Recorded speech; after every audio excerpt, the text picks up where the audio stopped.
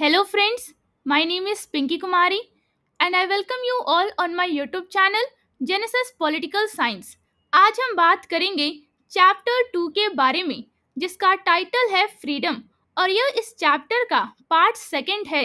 आपसे मेरा ये रिक्वेस्ट है कि इस वीडियो को देखने से पहले आप इसका पार्ट 1 जरूर देखें और हम फॉलो कर रहे हैं आपकी NCERT text book that is political theory. चलिए हम इस चैप्टर को एक सिंपल और इजी तरीके से समझने की कोशिश करते हैं डायरेक्ट आपके एनसीईआरटी टेक्स्ट बुक के पेजेस को रीड करके। आपसे मेरा ये रिक्वेस्ट है कि इस वीडियो को जब भी देखें आप अपने एनसीईआरटी टेक्स्ट बुक के साथ बैठें। सबसे पहले हम बात करेंगे व्हाट इज फ्रीडम के बारे में। आप कह सकते हैं स्वतंत्रता क्या है। A simple answer to the question what is freedom is absence of constraints। आप कह सकते हैं कि स्वतंत्रता क्या है। इस प्रश्न का एक सरल उत्तर है बंधनों का अभाव। Freedom is said to exist when external constraints on the individual are absent। आप कह सकते हैं कि जब व्यक्ति पर बाहरी प्रतिबंध ना हो तो कहा जाता है कि स्वतंत्रता मौजूद है। In terms of this definition, an individual could be considered free if he or she is not subject to external controls or coercion। आप कह सकते हैं कि इस परिभाषा के अनुसार यदि किसी व्यक्ति पर बाहरी नियंत्रण या दबाव ना हो and is able to make independent decisions and act in an autonomous way। आप कह सकते हैं कि और वह स्वतंत्र रूप से निर्णय लेने और स्वायत्त तरीके से कार्य करने में सक्षम हो तो उसे स्वतंत्र माना जा सकता है। However, absence of constraints is only one dimension of freedom। आप कह सकते हैं कि हालांकि प्रतिबंधों का अभाव स्वतंत्रता का केवल एक पहलू है।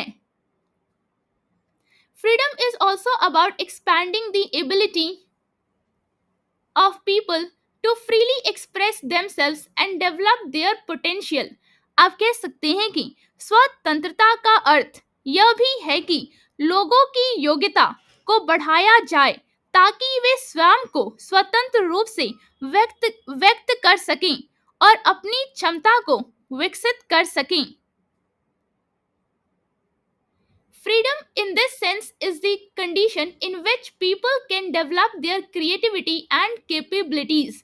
आप कह सकते हैं कि इस अर्थ में स्वतंत्रता वह अवस्था है जिसमें लोग अपनी रचनात्मकता मतलब क्रिएटिविटी और क्षमताओं मतलब कैपेबिलिटीज को विकसित कर सकें।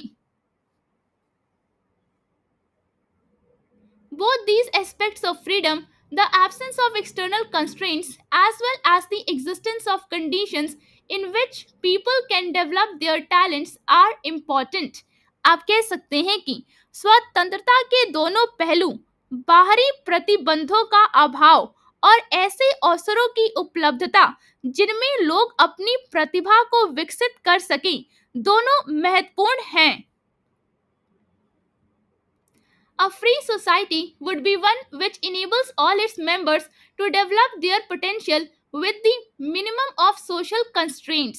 आप कह सकते हैं कि एक स्वतंत्र समाज वह होगा जो अपने सभी सदस्यों को न्यूनतम सामाजिक प्रतिबंधों मतलब मिनिमम ऑफ सोशल कंस्ट्रेंट्स के साथ अपनी क्षमता को विकसित करने में सक्षम बनाए। No individual living in society can hope to enjoy total absence of any kind of constraints or restrictions। आप कह सकते हैं कि समाज में रहने वाला कोई भी व्यक्ति यह आशा नहीं कर सकता कि उसे किसी भी प्रकार के प्रतिबंधों या सीमाओं से पूरी तरह मुक्त जीवन मिले। It becomes necessary then to determine which social constraints are justified and which are not। आप कह सकते हैं कि इसलिए यह आवश्यक हो जाता है कि हम यह तय करें कि कौन से सामाजिक प्रतिबंध उचित हैं और कौन से नहीं। Which are acceptable and which should be removed। आप कह सकते हैं कि कौन से स्वीकार किए जा सकते हैं और किन्हें हटाया जाना चाहिए। To understand which social constraints are necessary, discussions on freedom need to look at the core relationship between the individual and the society or group, community or state within which she or he is placed।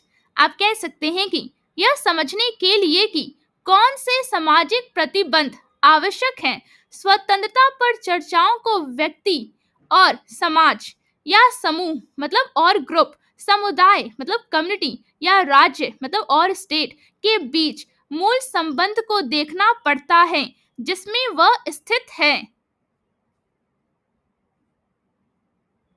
That is, we need to examine the relationship between individual and society। आप कह सकते हैं कि अर्थात हमें व्यक्ति और समाज मतलब इंडिविजुअल एंड सोसाइटी के बीच संबंध का अध्ययन करना होगा। We would need to see which features of the society allow the individual the freedom to choose, decide or act and which do not। आप कह सकते हैं कि हमें यह देखना होगा कि समाज की कौन सी विशेषताएं व्यक्ति को चुनने, निर्णय लेने या कार्य करने की स्वतंत्रता देती है और कौन सी नहीं। We would need to determine which features are desirable and which are not, which should be removed and which should not। आप कह सकते हैं कि हमें यह निर्धारित करना होगा कि समाज की कौन सी विशेषताएं वांछनीय हैं मतलब डिजायरेबल हैं और कौन सी नहीं, किन्हें हटाया जाना चाहिए और किन्हें नहीं। Further, we need to see if the principles which we use to differentiate necessary from unnecessary constraints also apply to the relationships between individuals and groups and nations। आप कह सकते हैं कि आगे हमें यह भी देखना होगा कि जिन सिद्धांतों का उपयोग हम आवश्यक और अनावश्यक प्रतिबंधों में अंतर करने के लिए करते हैं, क्या वे सिद्धांत व्यक्तियों मतलब इंडिविजुअल्स, समूहों मतलब ग्रुप्स और राष्ट्रों मतलब नेशंस के बीच संबंधों पर भी लागू होते हैं। Thus far we have defined freedom as the absence of constraint। आप कह सकते हैं कि अब तक हमने स्वतंत्रता को प्रतिबंधों के अभाव के रूप में परिभाषित किया है। To be free means to reduce or minimize social constraints that limit our ability to make choices freely। आप कह सकते हैं कि स्वतंत्र होने का अर्थ है उन सामाजिक प्रतिबंधों को कम या न्यूनतम करना जो हमारी स्वतंत्र रूप से चयन करने की क्षमता को सीमित करते हैं। However, this is only one aspect of freedom। आप कह सकते हैं कि हालांकि यह स्वतंत्रता का केवल एक पहलू है। To put it in another way, freedom also has positive dimension। आप कह सकते हैं कि दूसरे शब्दों में कहें तो स्वतंत्रता का एक सकारात्मक पक्ष भी होता है। To be free, a society must widen the area in which individuals, groups, communities, or nations will be able to charter their own destiny and be what they wish to be। आप कह सकते हैं कि स्वतंत्र होने के लिए एक समाज को वह क्षेत्र व्यापक करना होगा जिसमें व्यक्ति मतलब इंडिविजुअल्स, समूह मतलब ग्रुप्स, समुदाय मतलब कम्युनिटीज या राष्ट्र मतलब नेशंस अपनी नियति निर्धारित कर सकें और जो बनना चाहें वह बन सकें। Freedom in this sense allows the full development of the individual's creativity, sensibilities, and capabilities, be it in sports, science, art, music, or exploration। आप कह सकते हैं कि इस अर्थ में स्वतंत्रता व्यक्ति की रचनात्मकता मतलब कि आप कह सकते हैं क्रिएटिविटी, संवेदनशीलता मतलब सेंसिबिलिटीज और क्षमताओं मतलब कैपेबिलिटीज के पूर्ण विकास की अनुमति देती है चाहे वह खेल, आप कह सकते हैं स्पोर्ट्स, विज्ञान मतलब साइंस, कला मतलब आर्ट, संगीत मतलब म्यूजिक, या खोज मतलब एक्सप्लोरेशन के क्षेत्र में हो। A free society is one that enables one to pursue one's interest with a minimum of constraints. आप कह सकते हैं कि एक स्वतंत्र समाज वह है जो व्यक्ति को न्यूनतम प्रतिबंधों के साथ अपने हितों का पालन करने की अनुमति देता है। Freedom is considered valuable because it allows us to make choices and to exercise our judgment. आप कह सकते हैं कि स्वतंत्रता मूल्यवान मानी जाती है क्योंकि यह हमें चुनाव करने और अपने निर्णय का उपयोग करने की अनुमति देती है।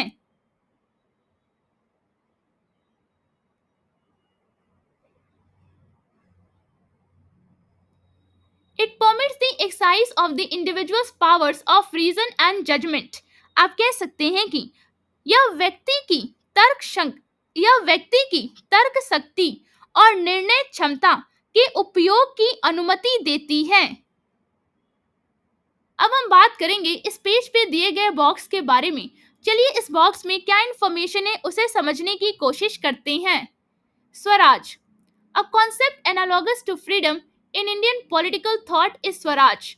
आप कह सकते हैं कि भारतीय राजनीतिक चिंतन में स्वतंत्रता के समान एक अवधारणा मतलब कॉन्सेप्ट स्वराज है। The term Swaraj incorporates within it two words, Swa which means self and Raj which means rule. आप कह सकते हैं कि स्वराज शब्द में दो शब्द शामिल हैं, स्व मतलब सेल्फ और राज्य मतलब rule. It can be understood to mean both the rule of the self and rule over self. आप कह सकते हैं कि इसका अर्थ स्वयं का शासन और स्वयं पर शासन दोनों रूपों में समझा जा सकता है। Swaraj in the context of the freedom struggle in India referred to freedom as a constitutional and political demand and as a value at the social collective level. आप कह सकते हैं कि भारत के स्वतंत्रता संग्राम के संदर्भ में स्वराज का अर्थ स्वतंत्रता एक संवैधानिक और राजनीतिक मांग के रूप में तथा एक सामाजिक सामूहिक मूल्य के रूप में था। That is why Swaraj was such an important rallying cry in the freedom movement, inspiring Tilak's famous statement, Swaraj is my birthright and I shall have it. आप कह सकते हैं कि इसलिए स्वराज स्वतंत्रता आंदोलन का एक महत्वपूर्ण नारा बना जिसने तिलक के प्रसिद्ध कथन स्वराज मेरा जन्मसिद्ध अधिकार है और मैं इसे लेकर रहूंगा को प्रेरित किया। It is the understanding of Swaraj as rule over the self that was highlighted by Mahatma Gandhi in his work Hind Swaraj, where he states, "It is Swaraj when we learn to rule ourselves." आप कह सकते हैं कि स्वयं पर शासन के रूप में स्वराज की यही समझ महात्मा गांधी ने अपनी कृति हिंद स्वराज में बताई, जहां उन्होंने कहा जब हम स्वयं पर शासन करना सीखते हैं तभी स्वराज है। Swaraj is not just freedom but liberation in redeeming one's self-respect, self-responsibility and capacities for self-realization from institutions of dehumanization. आप कह सकते हैं कि स्वराज केवल स्वतंत्रता नहीं बल्कि अमानवीय संस्थाओं मतलब कि इंस्टीट्यूशंस ऑफ डीह्यूमनाइजेशन से अपने आत्मसम्मान मतलब कि सेल्फ रिस्पेक्ट, आत्म जिम्मेदारी मतलब कि सेल्फ रिस्पॉन्सिबिलिटी और आत्म साक्षात्कार मतलब कि सेल्फ रियलाइजेशन की क्षमताओं की मुक्ति भी है। Understanding the real self and its relation to communities and society is critical to the project of attaining Swaraj. आप कह सकते हैं कि वास्तविक स्व मतलब सेल्फ को समझना और उसका समुदायों व समाज से संबंध जानना स्वराज प्राप्त करने की प्रक्रिया के लिए अत्यंत आवश्यक है। Gandhi ji believed the development that follows would liberate both individual and collective potentialities guided by the principle of justice. आप कह सकते हैं कि गांधी जी का मानना था कि ऐसा विकास व्यक्ति और समाज दोनों की संभावनाओं को न्याय के सिद्धांत द्वारा निर्देशित करने करते हुए मुक्त करेगा. आप कह सकते हैं कि Gandhi ji believed the development that follows would liberate both individual and collective potentialities guided by the principle of justice. Needless to say, such an understanding is as relevant to the 21st century as it was when Gandhi ji wrote the Hind Swaraj in 1909. आप कह सकते हैं कि कहने की आवश्यकता नहीं कि ऐसी समझ 21वीं सदी मतलब 21st सेंचुरी में उतनी ही प्रासंगिक मतलब रेलेवेंट है जितनी तब थी जब गांधी जी ने 1909 में हिंद स्वराज लिखी थी. अब हम बात करेंगे द सोर्सेस ऑफ कंस्ट्रेंट्स के बारे में. आप कह सकते हैं बाधाओं के स्रोत. Restrictions on the freedom of individuals may come from domination and external controls.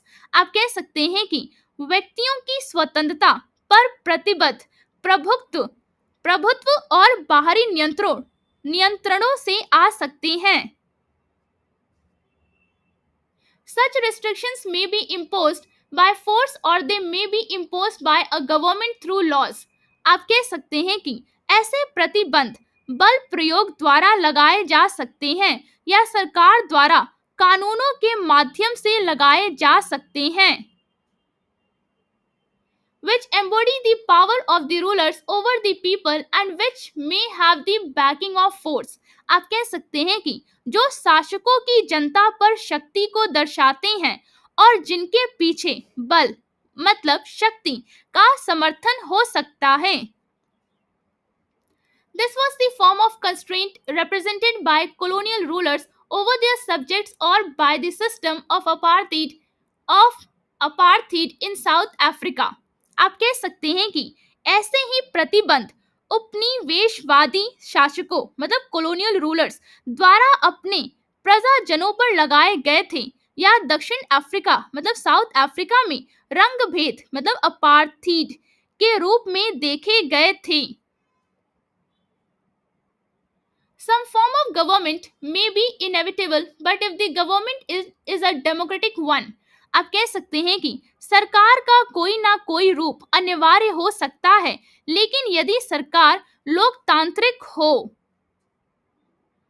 The members of a state could retain some control over their rulers. आप कह सकते हैं कि तो राज्य के सदस्य अपने शासकों पर कुछ हद तक नियंत्रण बनाए रख सकते हैं. That is why democratic government is considered to be an important means of protecting the freedom of people. आप कह सकते हैं कि इसलिए लोकतांत्रिक सरकार मतलब डेमोक्रेटिक गवर्नमेंट को लोगों की स्वतंत्रता की रक्षा करने का एक महत्वपूर्ण साधन माना जाता है. But constraints on freedom can also result from social inequality. आप कह सकते हैं कि लेकिन स्वतंत्रता पर प्रतिबंध सामाजिक असमानता मतलब सोशल इनइक्वालिटी से भी उत्पन्न हो सकते हैं. Of the kind implicit in the caste system or which result from extreme economic inequality in a society. आप कह सकते हैं कि जैसे कि जाति प्रणाली में छिपी हुई असमानता या समाज में अत्यधिक आर्थिक असमानता से. The quotation from Subhash Chandra Bose on freedom draws attention to the need for the country to work to remove such constraints. आप कह सकते हैं कि स्वतंत्रता पर सुभाष चंद्र बोस के उद्धरण मतलब कोटेशन से देश की आवश्यकता पर ध्यान जाता है कि ऐसे प्रतिबंधों को दूर करने के लिए कार्य किया जाए. अब हम बात करेंगे इस पेज पे दिए गए बॉक्स के बारे में. चलिए इस बॉक्स में क्या इंफॉर्मेशन है उसे समझने की कोशिश करते हैं. Netaji Subhash Chandra Bose on freedom. आप कह सकते हैं स्वतंत्रता पर Netaji Subhash Chandra Bose.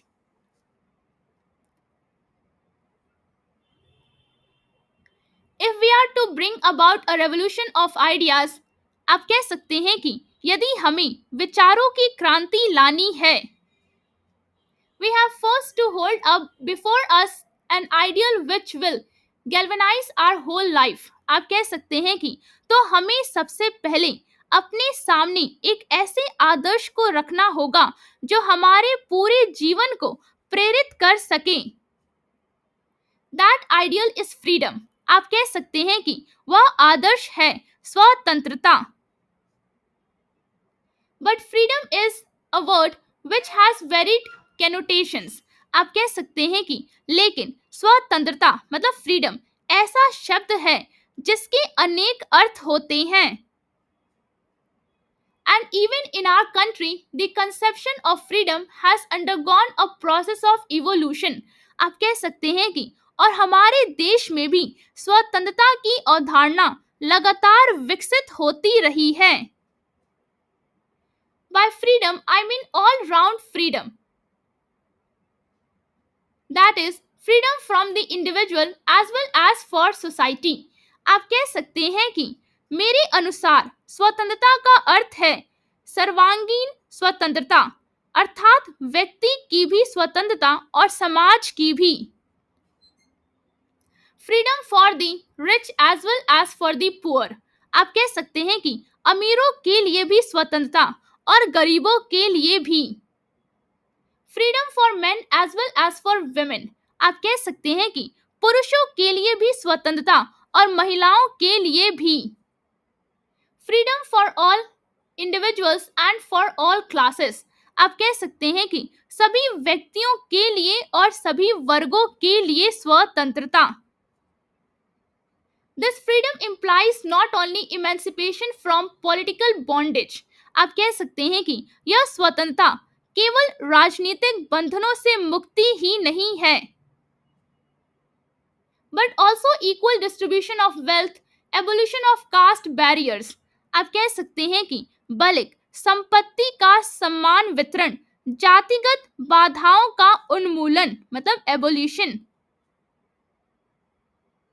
and social inequities and destruction of communalism and religious intolerance। आप कह सकते हैं कि और सामाजिक अन्याय, सांप्रदायिकता तथा धार्मिक धार्मिक असहिष्णुता का विनाश भी शामिल है। आप कह सकते हैं कि and social inequities and destruction of communalism and religious intolerance।